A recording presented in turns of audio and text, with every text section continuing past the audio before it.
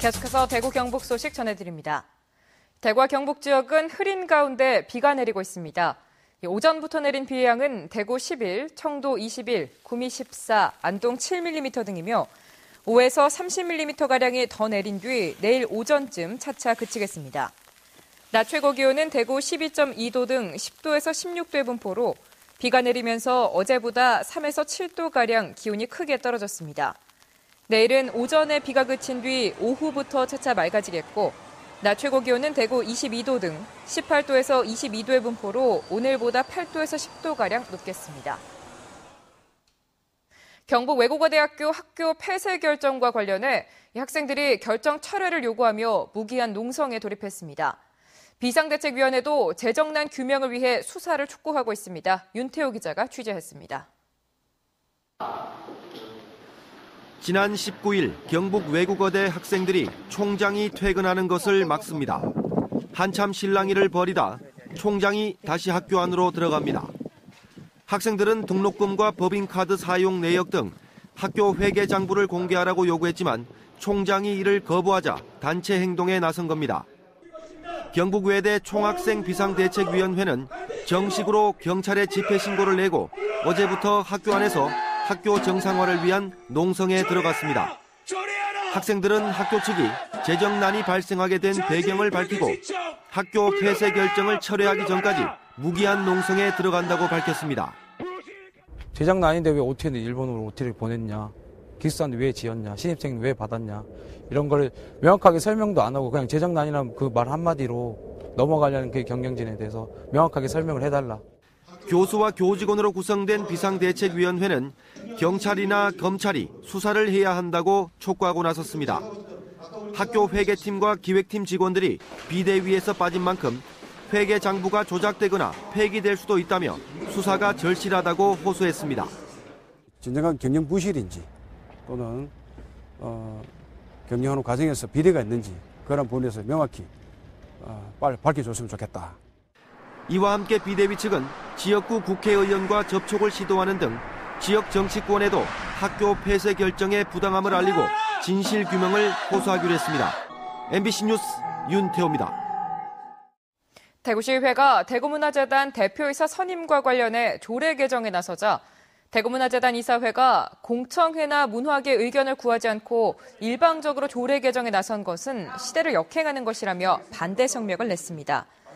또 재단이 자율성을 가지고 전문성을 발휘할 수 있도록 시의회가 도와야 하는데도 충분한 검토 없이 조례안을 개정하는 것은 바람직하지 않다며 강력하게 대응할 것이라고 밝혔습니다.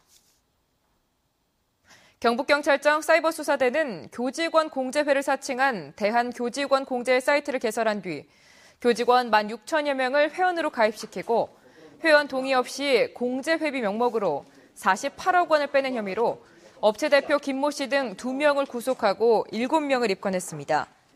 이들은 교직원 공제회에서 운영하는 것처럼 상조업체를 운영하며 20억 상당의 상조회비를 불법으로 수금한 혐의도 받고 있습니다. 경찰 조사 결과 이들은 교직원 복지단체인 한국교직원공제회와 이름이 비슷한 대한교직원공제회라는 단체를 만들어 회원들을 가입시킨 뒤 본인들의 동의조차 없이 자동이체를 시켜 회비를 납부받은 것으로 드러났습니다. 대구 어학원 방화 사건을 수사 중인 수성경찰서는 용의자 2명의 수배 전단을 만들어 시민들에게 배포했다고 밝혔습니다. 경찰은 어학원 주변에 폐쇄회로 TV에 찍힌 남성 2명을 유력한 용의자로 보고 수사 중인데 지하철 2호선 범어역의 CCTV 등을 분석해 용의자들의 정확한 인상착의를 파악하기로 했습니다. 어제 오전 수성구 만촌동 사설어학원에서 누군가 작은 음료수병에 기름을 넣은 물체를 터뜨렸고 현장에서 반미 주장을 담은 유인물이 발견돼 경찰이 수사에 나섰습니다.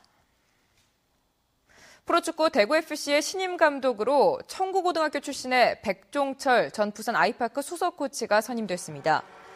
현역 시절 국가대표로도 활약한 백종철 신임 감독은 영진전문대 여자축구부 감독과 19세 이하 여자대표팀 감독, 부산 아이파크와 일화에서 수석 코치로 활약했습니다. 백종철 감독의 데뷔전은 오는 토요일 홈에서 펼쳐지는 제주와의 맞대결로 대구문화방송은 이 경기를 오후 3시부터 TV로 중계방송할 예정입니다. 오늘이 유네스코가 지정한 세계 책의 날이지만 이 북스타트 프로그램의 혜택이 도시와 농촌 간의 격차가 심합니다. 대구시와 시교육청은 올해 4억 원의 예산으로 대구에서는 7살까지의 영유아에게 책꾸러미를 무료로 나눠주고 부모와 함께하는 다양한 독서 프로그램을 운영합니다. 그러나 경상북도는 예산을 따로 마련하지 않아 청도와 의성 등 일부 도서관에서 자체 예산으로 다문화 가정 어린이에게만 혜택을 주고 있습니다. 초등학교 학급당 학생 수가 대구는 전국 평균보다 많고 경북은 적은 것으로 나타났습니다.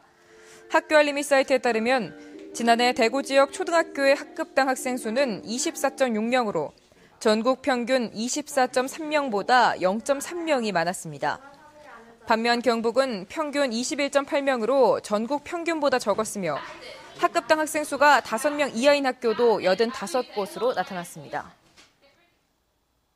대구 수성경찰서는 지난해 5월부터 최근까지 영천에서 식용유 제조 판매업체를 운영하면서 폐깨묵에 산업용 용제 핵산과 소사료를 섞어 3억 2천여만 원어치 참기름 170톤을 짜낸 뒤 부산의 한 식품 판매업체에 납품한 혐의로 45살 박모 씨에 대해 구속영장을 신청하고 납품업자 51살 김모 씨 등 2명을 불구속 입건했습니다. 이들은 불량 참기름을 만들기 위해 대구 시내 재래시장 방앗간에서 버린 뺏겜묵을 거들인 것으로 드러났습니다. 대구문화방송이 보도한 대구 서구 일대 택시터리 사건과 관련해 경찰이 수사력을 집중하고 있습니다. 대구 서부경찰서는 지난 20일 오전 2시에서 8시 사이 대구시 내당동과 중리동 일대에서 어두운 골목길에 주차된 택시의 유리창을 부수고 금품을 훔쳐간 사건이 모두 9건 발생해 수사를 하고 있다고 밝혔습니다. 경찰은 현금 피해는 적지만 차량 파손 등으로 인한 피해가 크고 추가 피해가 우려되는 만큼 수사에 박차를 가하고 있다고 밝혔습니다. 경주에서 승용차가 전봇대를 들이받고 뒤집어져 4명의 사상자가 났습니다. 오늘 새벽 5시 반쯤 경주시 천북면의 한 아웃렛 매장 앞 도로에서 30살 이모 씨가 몰던 승용차가 도로 옆 전봇대를 들이받고 뒤집어져 이 씨와 17살 김모 양이 숨지고 17살 최모 양 등 2명이 중상을 입었습니다. 경찰은 부상자와 목격자를 상대로 정확한 사고 경위를 조사하고 있습니다. 신월성 1호기 정지 여파로 전력 공급이 줄어 전력 경보가 발령됐습니다. 전력거래소는 오늘 오전 8시 35분에 예비 전력이 500만 킬로와트 이하일 때 발령하는 전력 수급 경보 준비를 발령했습니다. 이 같은 원인은 수명 만료로 정지한 월성 1호기를 포함해 원전 8기가 계획 예방 정비와 고장 등으로 정지해 현재 전국 23개 원자력 발전소 가운데 15기만 가동 중이기 때문입니다. 김천경찰서는 지난달 김천의료원의 한 직원이 편법 채용과 판공비 부당 사용 의혹을 제기하며 의료원 간부진을 고발한 사건에 대해 협의점을 찾지 못해 불기소 의견으로 검찰에 송치했다고 밝혔습니다. 김천경찰서는 고발인의 주장과 조사 결과가 다르게 나오는 등 증거가 충분하지 않아 혐의가 없다는 결론을 내렸다고 밝혔습니다. 대구 경북 소식이었습니다. 고맙습니다.